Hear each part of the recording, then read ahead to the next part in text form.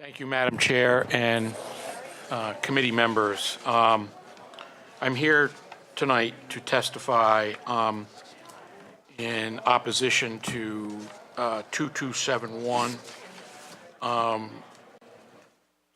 2492, and 2615.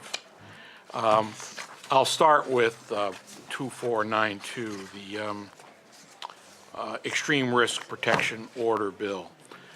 I was out of the room earlier, but when we learned about this bill, we started doing a little bit of research, and we learned that 5 states have laws like this. The one nearest to us is the state of Connecticut.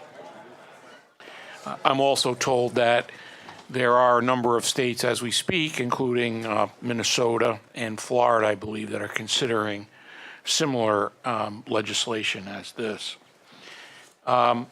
So the concerns that we have with the bill are, when we looked at it, we thought first that this was akin to a restraining order type of piece of legislation, something along those lines, and it really isn't. The amount of intrusions into one's personal life and affairs that are empowered by this bill, if it were enacted into law, are quite extraordinary.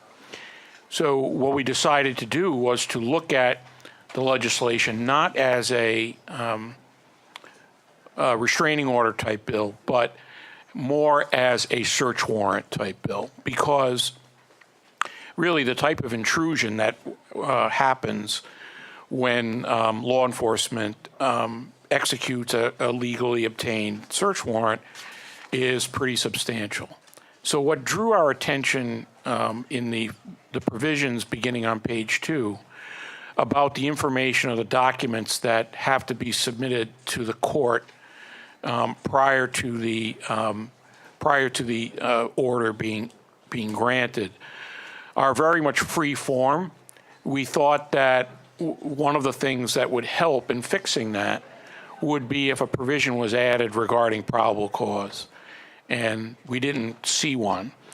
Now, later on, once the hearing happens, there is a provision regarding clear and convincing evidence. So we think that in order to, if you're going to trigger something as intrusive as this, it ought to be at least based upon probable cause, which is contained in the Fourth Amendment to the Constitution and Article 1, Section 6 of the Rhode Island Constitution.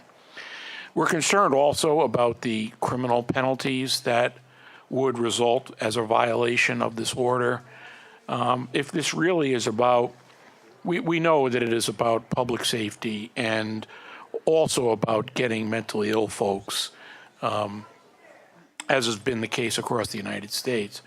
To get them into treatment, we think it best not to criminalize violations of the order. I will tell you that this is consistent with what we've been talking about up here this year.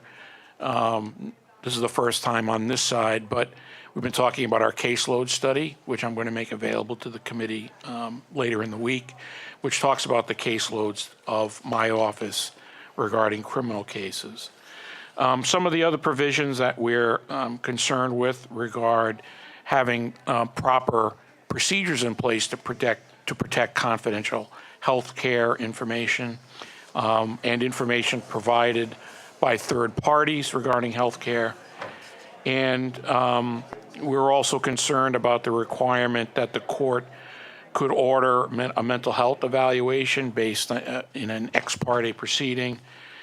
And lastly, perhaps most important, there's nothing in the that we saw that would provide for the appointment of counsel for indigent defendants, and that causes us great concern, because you'd want to see something like this to be used effectively and not be used for more sordid or untoward purposes. And yet, if you leave it as broadly worded as it is, that may result.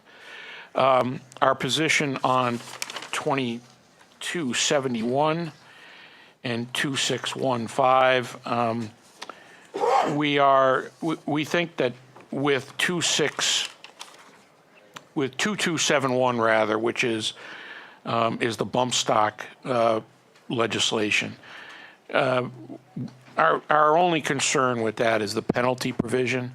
As it is right now, the law in Rhode Island is if you possess a pistol without a license, that is a 5-year felony.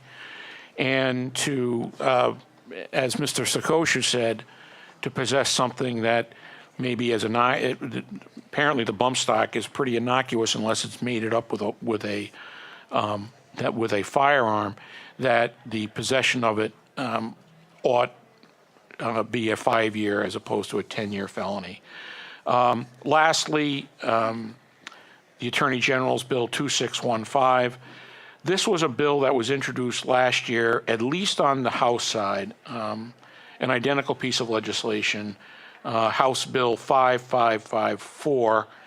Our issue with that, again, is the issue of intent on the part of the person receiving the firearm, as well as, we've have consistently over the years have opposed mandatory minimums and tying judges' hands in imposing sentences. This bill would prohibit the use of a suspended sentence, probation, or deferred sentences for those with 2 or more violations. One thing that I've learned in my years of practice is that criminal offenses can vary and have a rather rich set of facts and circumstances that are unique to that particular case. And absurd results can and do happen when you tie judges' hands when it comes to sentencing. So to be consistent, we think that provision ought not be in the bill.